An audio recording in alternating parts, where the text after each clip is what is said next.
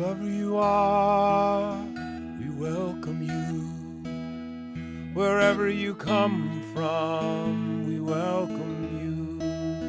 Whomever you love, we welcome you. Whoever you are, we welcome you. Wherever you come from, we welcome you. Whomever you love, we welcome you. Whoever you are, we welcome you. Wherever you come from, we welcome you. Whomever you love, we welcome you. Whoever you are, we welcome you. Wherever you come from, we welcome you. Whomever you love, we welcome you. Whomever you love, we welcome you.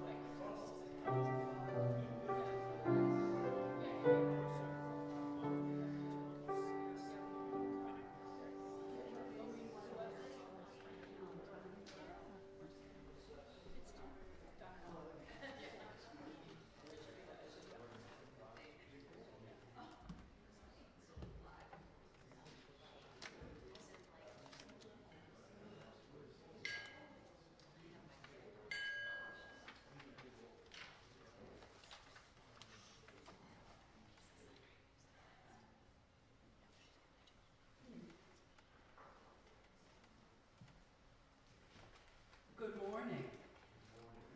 My name is Abigail, my pronouns she and her, and I'm a member of the Worship and Music Committee. I'm your worship associate this morning. And I will tell you that Judy Campbell, Reverend Judy Campbell, was to be here in the pulpit. Unfortunately, she has been sick, and she has a bronchitis that's just holding on, and she just can't speak. So I am here in her place. However, this is her service. I will be reading her sermon, and I will be reading readings that she selected. I'm delighted to welcome you here, whether you're visiting this morning or a regular member. Please check with a greeter if you have any questions. Today we acknowledge that we are located in a place that was once the Wampanoag village of Patuxet. We strive to follow their example and be faithful stewards of this sacred land. Our service is recorded, and if I get it straight, it will be stopped before the candles. And thank you, Lydia Robertson, for filming and editing our service. Our service today is presented by me, but keep in mind it's Reverend Campbell's service. Our live music is offered by Emily Browder Melville and her choir, and Time for All Ages is led by Deb Keller Wood. Because our services vary from week to week, we suggest you visit us again to experience the variety of worship we offer. We invite you to join us for fellowship and refreshments after the service. Whoever you are, whomever you love, whatever you believe, wherever you are on your spiritual journey, let us walk together this hour.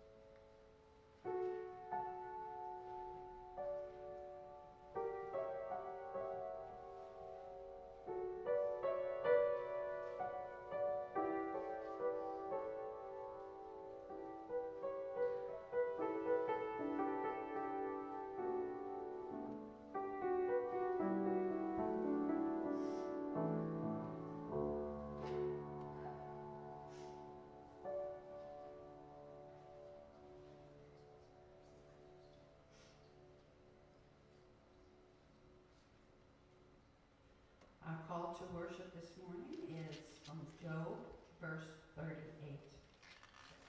Who has cut a channel for the torrents of rain, and a way for the thunderbolt to bring rain on a land where no one lives, on the desert, which is empty of human life, to make the ground put forth grass?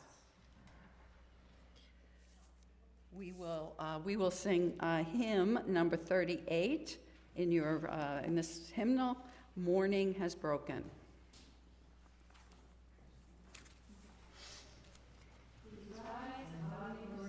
Oh, thank you.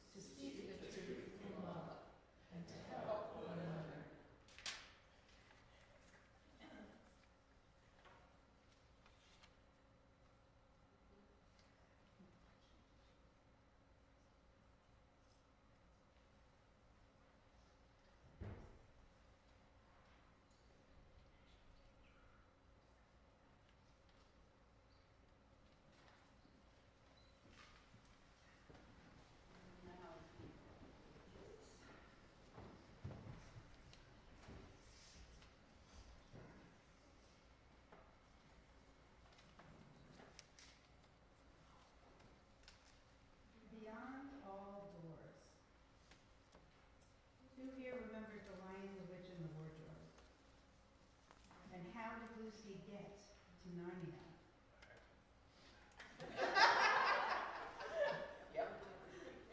She went through a door to a wardrobe because she was hiding. She didn't quite realize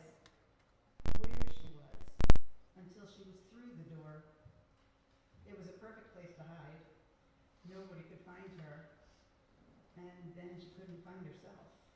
She couldn't figure out where she was. Wouldn't it be cool if there was a magical world when you walked through a door? When Lucy opened that door to Narnia, excuse me, it didn't look like anything special, but it was. Lucy already had a foot in Narnia, and her whole world changed. Many of the thresholds of our lives are like this. We don't know what we're crossing into, but it could be a whole new world to us. Sometimes we don't realize it till we're halfway through that we made a decision and we fell into it. A beloved person's door closes behind you and you send out into the world heartbreak. The doctor's office door closes behind you and you may be scared of a hard diagnosis. The restaurant door opens and you're excited because they have pie.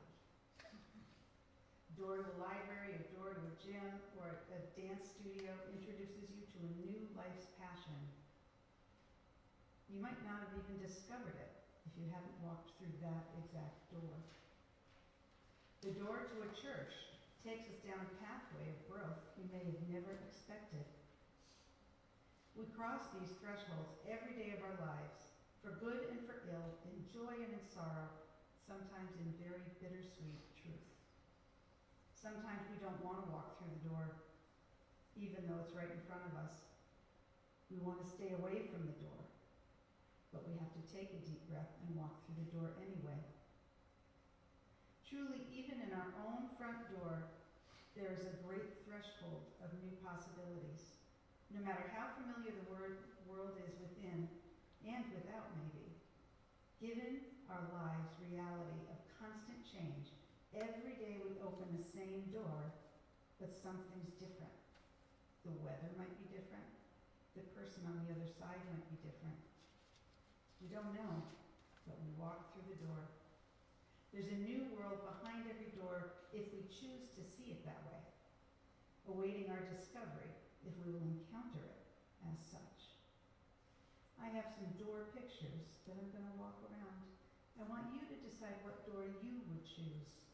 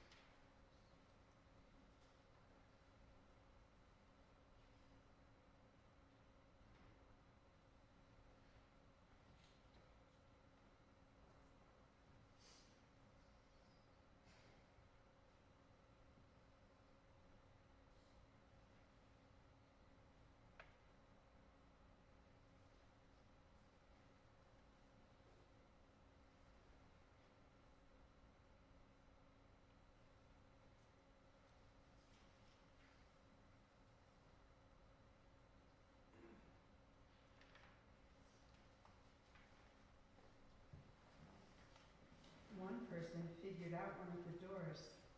Would you like to share? Yes.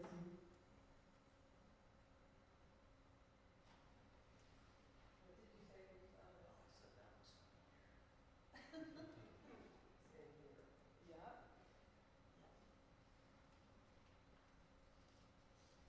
Our very own door. So today, I challenge you to think about every door you walk through and what's on the other side of it. Does it make you happy?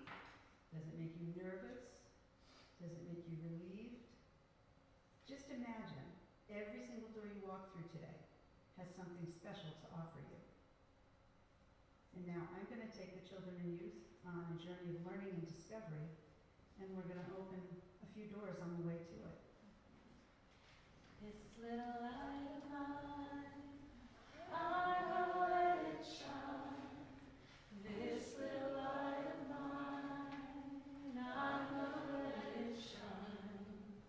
This little light of mine, I'm gonna let it shine. Let it shine, let it shine, let it shine.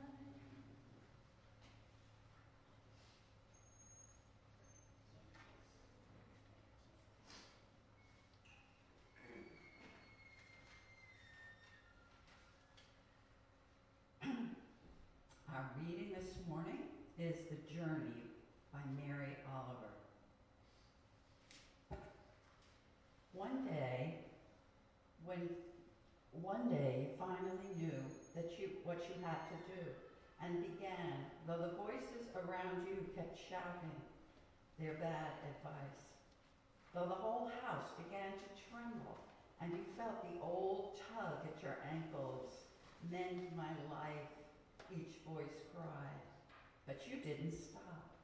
You knew what you had to do, though the wind pried with its stiff fingers at the very foundations, though their melancholy was terrible. It was already late enough and a wild night, and the road full of fallen branches and stones. But little by little, as you left their voices behind, the stars began to burn through the sheets of clouds, and there was a new voice, which you slowly recognized as your own.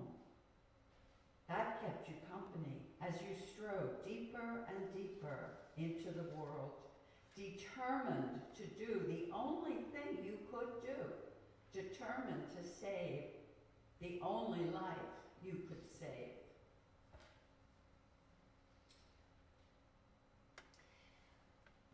So, with our title of our sermon being When to Hold and When to Fold, the logical musical reflection would have been The Gambler. But instead, we're doing David Bowie's Changes. And you'll find the lyrics right in your order of service on half a sheet. I really invite you to sing out. The choir is going to do so as well.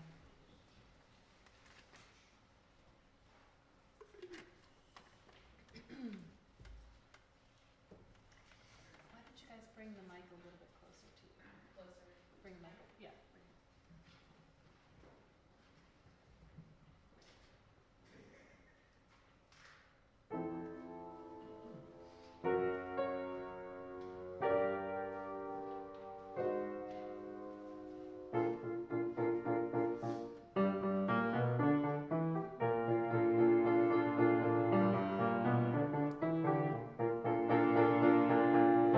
Stand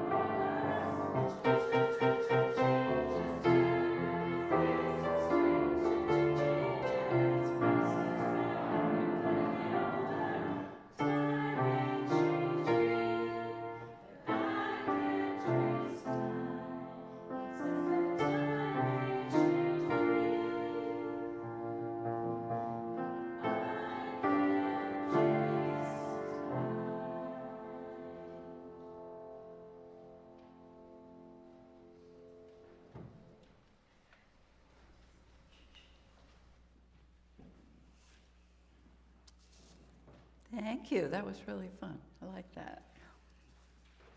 I will remind you one more time that this sermon was prepared, written by Reverend Judy Campbell.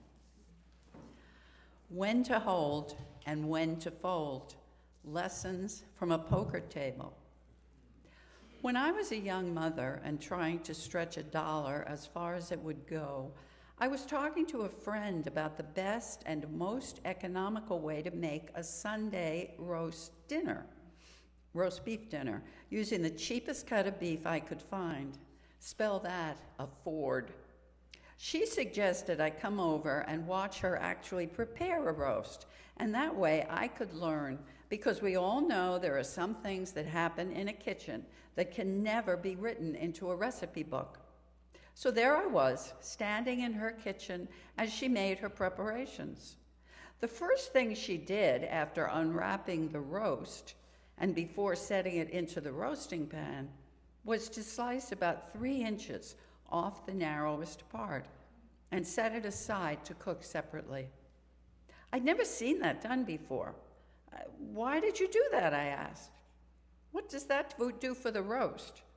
No idea, she said, shrugging her shoulders. My mother always did it when she cooked roast, and I must have learned it from her. I said nothing, but I thought plenty. After a while, when the roast was in the oven and the spare bit was back in the fridge to be cooked up as steak or as part of a stew, I asked her if she ever thought of asking her mother why she always cut off the end of the roast before putting it into the oven. After telling me the thought to ask why had never occurred to her, it's just what she always did, she said. It just was. And now that's what I always do. She was getting a bit testy. It never occurred to me to ask why. But now I'd made her curious. She decided to call her mother right there and then and ask about the long-standing tradition or practice. Remember, this was back when people had one house phone, and it was always in the other room. When my friend returned to the kitchen after making the call, she was giggling and shaking her head. And, I asked? You're not going to believe this, she said. My mother just told me she only had one roasting pan, and it was very small. In order to get the roast to fit in there, she always cut the smaller end off and saved it for later. She never thought to buy a smaller roast or get a bigger pan, I asked quietly. Nope, she said, still laughing. It's what we did. No reason to question. It worked. Case closed. Are you ever going to cut the end off a roast before cooking it again, I asked. And then she gave me a very curious look, and after a couple of thoughtful moments, she said, I honestly don't know. It's what I do. Remember now, the title of my message for today is When to Hold and When to Fold. So my question for today is snapping your mind shut and hanging on to what works, no matter how awkward and inconvenient or outdated it may be, versus jumping on every bandwagon that comes down the pike. Consider fashion as a parallel thought. Fashions change. Some of us grab onto the latest fashion, no matter how it might look, just because it's new. Others, like the venerable and fabled ladies of Beacon Hill, who have their hats, meaning as long as the hat serves the purpose and has done so for the last 20 years, there's absolutely no reason to waste good money on a new one. Do I hear a plea here for middle ground? I was brought up in an era of make do and mend and use it up, wear it out, make it do or do without. Or even more to the point, if it ain't broke, don't fix it. I think you can probably know where I'm going with this. Moderation in all things, even moderation. New, just because it's new, is not always good. And old, because it's old, isn't necessarily bad. Just look at me. That was a rhetorical statement. Perhaps we might rethink this to out with some things and practices and habits, and in with some new ideas, activities, and avenues to explore. and hopefully the enlightened wisdom to know the difference. But since you asked, in my opinion, I believe that automatically hanging on to one thing and automatically rejecting the other does not make sense. Ask your mother or your father about cutting the end off the roast before putting it in the oven. Or ask a multi-generational Italian American who hasn't gone to any church in years why he or she always serves a meal with 7 fishes on Christmas Eve. Or ask a secular Jew who hasn't attended a religious service in years why he or she still insists on celebrating the Feast of Passover and who is still vaguely uncomfortable serving both meat and milk in the same meal. Old habits die hard. So, let's get back to the point, shall we? This is a Sunday service, after all, and it's in a UU church. So what have Unitarian Universalists kept? What have we let go of? And more importantly for my message today is, what have we taken on? Let's start with the letting go. We have let go of original sin, the idea that we are born pre-tainted, pre-cursed, and we must ever be working on cleansing and purifying our soul so we can go to heaven when we die. Nope, not happening. We let go of the concept of the Trinity, the idea that an old man, white father figure, God figure, has 3 distinct manifestations: God the Father, God the Son, and God the Holy Spirit, or divine mystical essence. We have let go of the idea that marriage can only be between a cisgendered man and woman. We have let go of ironclad religious dogma that never changes no matter what, and replaced it with what we call a living tradition. A religious practice that embraces change, that embraces the truth as an evolving and unfolding in the light of new learning and evidence.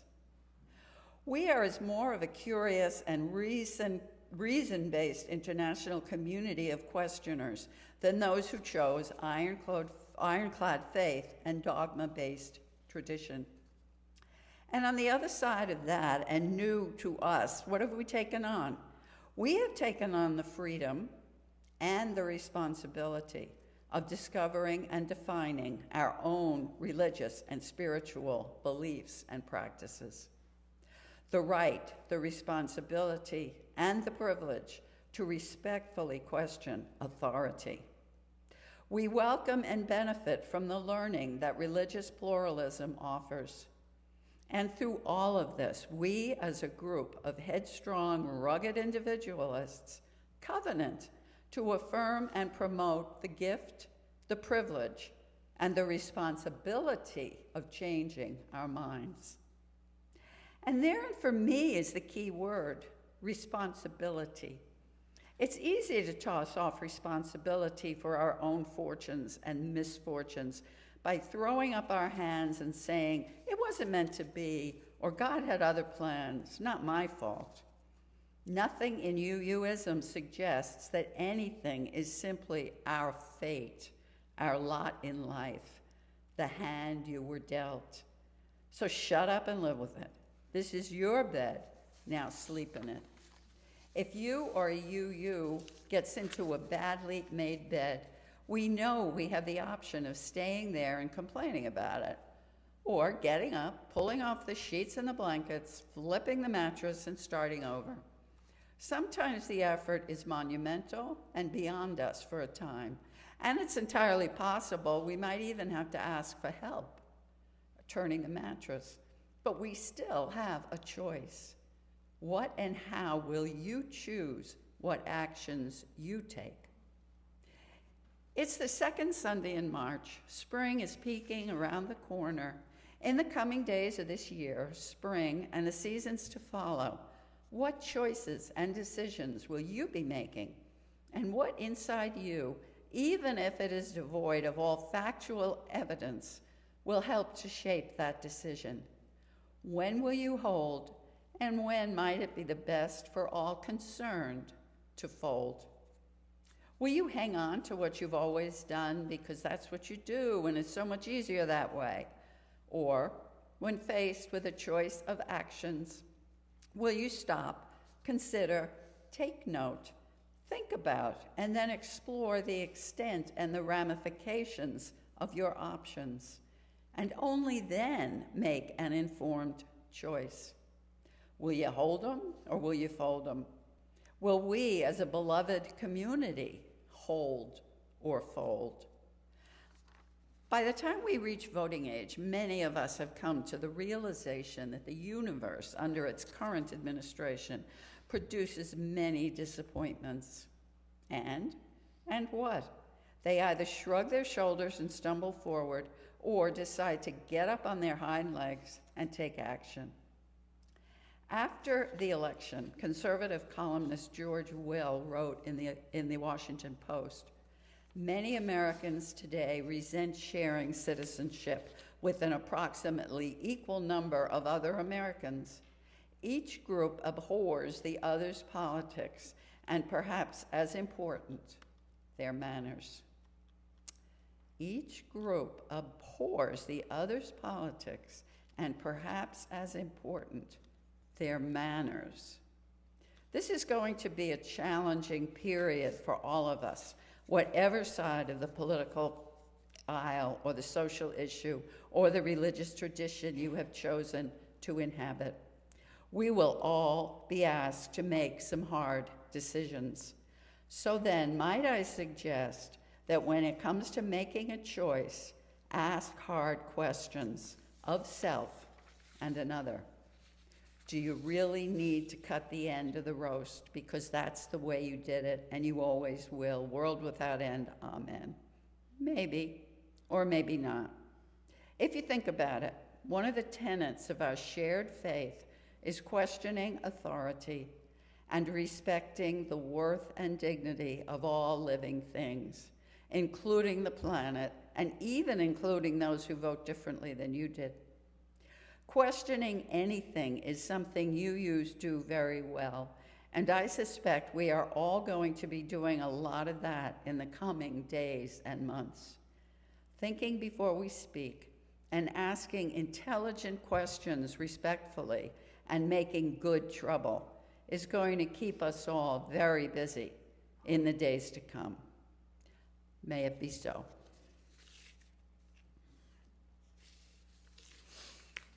And now we will be in the hymnal singing 345, "With Joy We Claim the Growing Light."